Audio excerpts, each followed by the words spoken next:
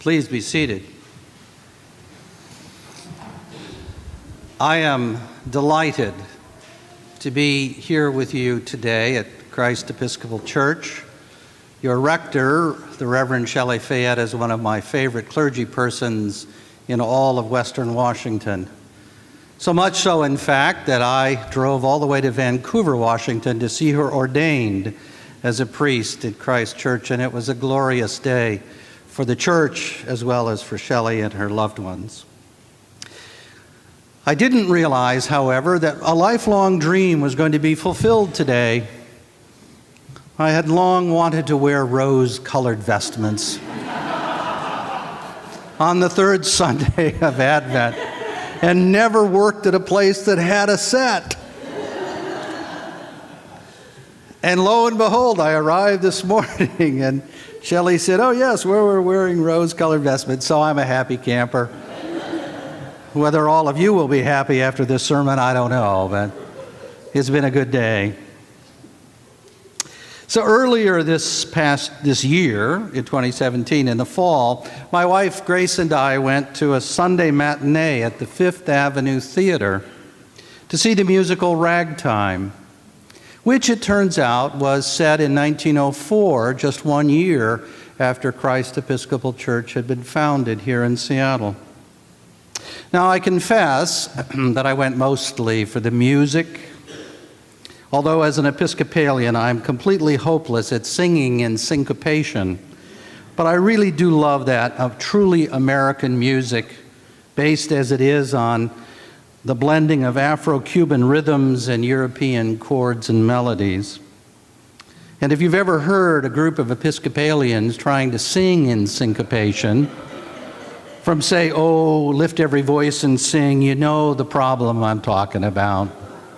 We've never heard of an upbeat. We only know the downbeat. But the music that afternoon was great. It was wonderful, wonderful ragtime music. But I left the theater stunned by the storyline. There it was, America in 1904, with all of our homegrown prejudice of the early 20th century presented unvarnished and real, right there on the stage. Racial bias and hatred, ethnic prejudice and distrust, religious fears and intolerance, sexual abuse and oppression, all of it right there, live on stage, presented with music that was bright and cheerful and multicultural in its origins, even though Tin Pan Alley tried to hide that fact. And to make it even more poignant and more painful, the presentation on stage of all of that hatred and fear could have been taken directly from our nightly news in 2017.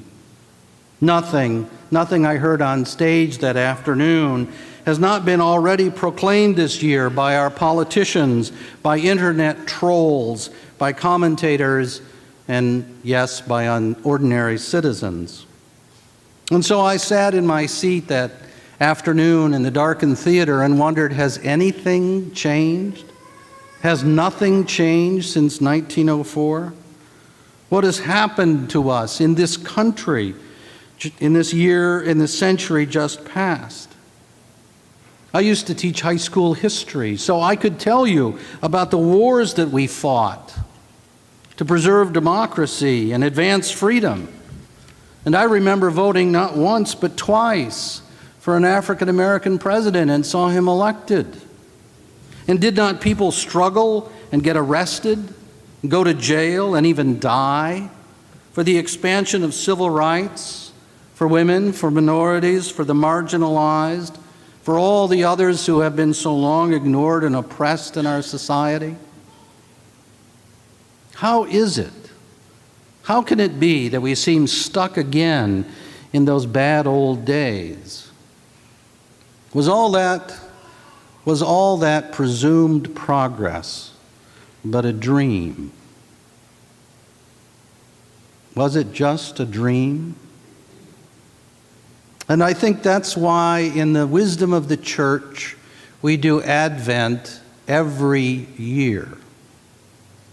Now, the story we tell in Advent is one we know well. Does anyone really think the baby's not coming on Christmas Eve? They're going to have a different outcome this year? The three wise guys won't make it at all? No, we know the story well. So why do we repeat it year after year after year? And why do we spend 4 weeks reflecting on expectant waiting while we are wound up tighter and tighter in the Christmas machine? Well, I fear it is because we have learned how easy it is to fall back into old ways of being. Advent is to remind us of how hard true fundamental change really is. How quickly we can all forget the hard lessons we once fought to know and the injustices we fought to end, not hide. As Christians, we need to tell ourselves the story of salvation over and over and over and over and over again because we are forgetful creatures. Even with smartphones, we're forgetful creatures. We too easily forget what we are waiting for. And so the church, in its wisdom, invites us to walk again that road of how salvation came to be part of the human condition. This is the time of the year when we ask once again, what are we waiting for? We hear it in that ringing passage from Isaiah. If I had my druthers, every elected official in America would be made to publicly read this passage and then take a test on it. Bring good news to the oppressed. Bind up the brokenhearted. Proclaim liberty to captives and release to prisoners. Those are not maybe statements. Those are declarative statements. This is what we are supposed to do. And we, the people, are to join in this great work. We are to build up, to raise up, to repair all that is broken. And to help us do that, God has clothed us with garments of salvation, with robes of righteousness. You know, Episcopalians love that stuff because we always like to know, what is the dress code? So be of good heart. You're going to have robes of righteousness. Well, that is what we're waiting for. And as Desmond Tutu has told us on more than one occasion, without us, God will not. Without God, we cannot. We must be God's hands and feet in the world. So if we ask, what are we waiting for? We know. We know God's desires for all of creation. We know from the life and teachings of Christ Jesus what we are to do. So what are we waiting for? Are we waiting for some modern smartphone application version of John the Baptist? Are we waiting for the right voice crying out in the wilderness? Well, we've already heard that man sent from God. And moreover, we have the teachings of the one sent from heaven to take on human flesh and to live and die as one of us completely. We have all the testimony we need. That testimony is called the good news, the gospel. And we have the writings of Paul and the stories of the early followers and converts. So what are we waiting for? Why? Why do we lose our way and require this repeat of the lessons we have heard so often?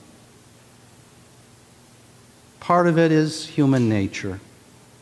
Our brokenness, our inconstancy, our self-absorption and our own wants and desires. But there's something else. If you've been to the Holy Land, and I hope that all of you will go someday if you have not yet been, the wilderness is pretty wild, and you get there pretty quickly. And voices carry a long way in the wilderness. So if there were only one voice in the wilderness, this salvation stuff would be a lot easier. But there's more. There are so many voices crying in the wilderness in these days of the internet and instant communication, or perhaps instant miscommunication. Our brains are pummeled by tsunamis of information crashing into our lives every second of every waking moment. It's hard to sort out these messages and determine what is to be heard and what is to be ignored. We know there were false prophets in ancient times. Surely we know there are false prophets today. And so those who heard John the Baptist out there in the wilderness were understandably cautious. Who are you is not an unfair question. So how can we know that we're waiting for the right one, the right message? I promise I'm going to answer that question. But first, a history lesson, mostly because I used to teach history and I can't help myself. So about the time of ragtime, about the time this church was founded in Seattle, the nations of Europe were concluding a time of empire building. Everybody had to have an empire. No matter how big or small, you couldn't be a real nation in Europe if you didn't have an empire. Now, we got Hawaii and the Philippines, which, in the end wasn't bad. But other nations had much more aggressive practices. And the Italians were late to this effort. And so they had few choices of places to conquer. There wasn't much left of the world. So they invaded what is now the country of Libya, largely, I think, because it had not yet been taken by anybody. Now, the Libyans were understandably opposed to this idea, and a resistance movement sprung up.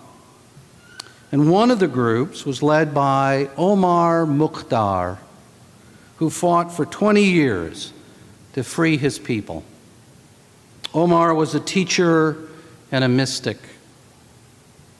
And once his followers captured 2 Italian soldiers and wanted to execute them for war crimes, for the things that the Italian army had done to the civilian population.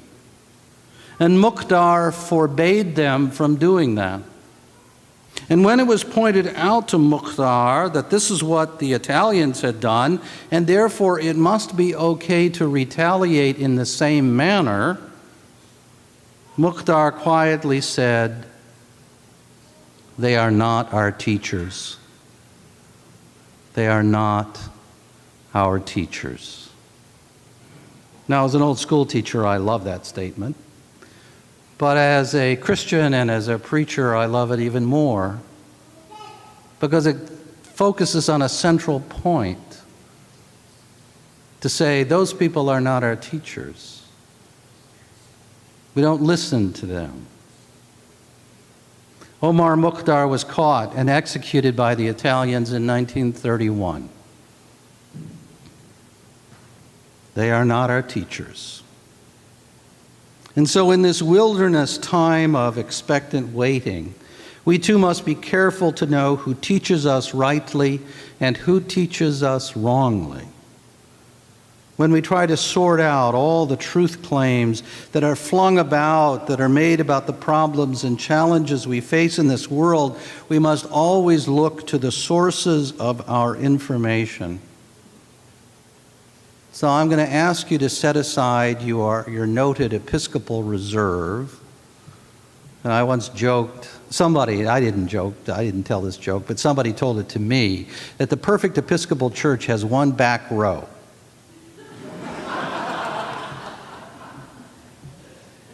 Now, I realize that the resurrection is supposed to come from the east, but most Episcopalians think it's going to come from the back of the church to the front.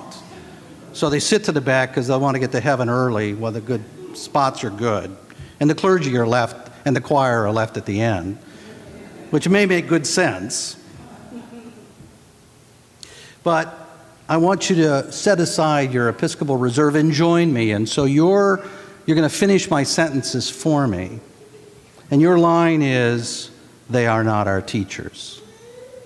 So, it's Rose Sunday. We're supposed to loosen up our discipline for Advent, and this is called church aerobics. So here we go.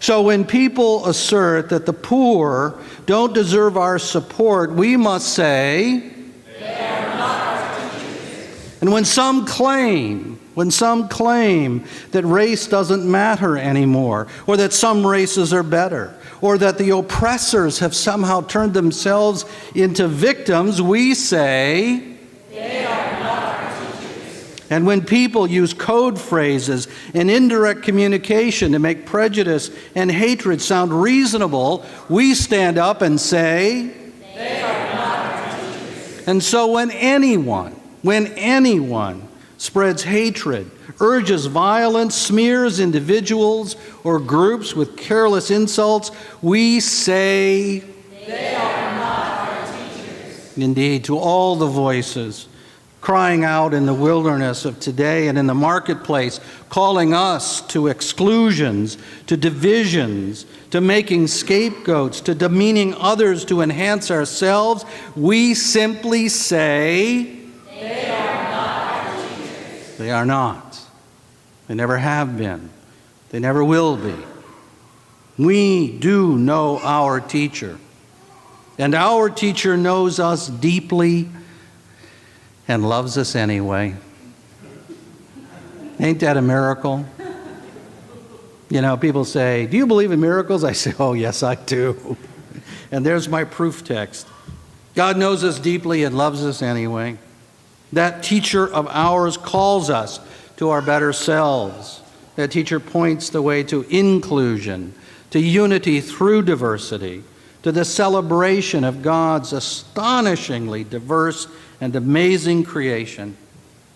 That teacher calls us to love our neighbor as ourselves, and it's that teacher who comes to us as a child, innocent and mild, who will live among the poor, who will refuse all violence, who will offer healing and acceptance freely to everyone, who welcomed every stranger and ate with any and every sinner.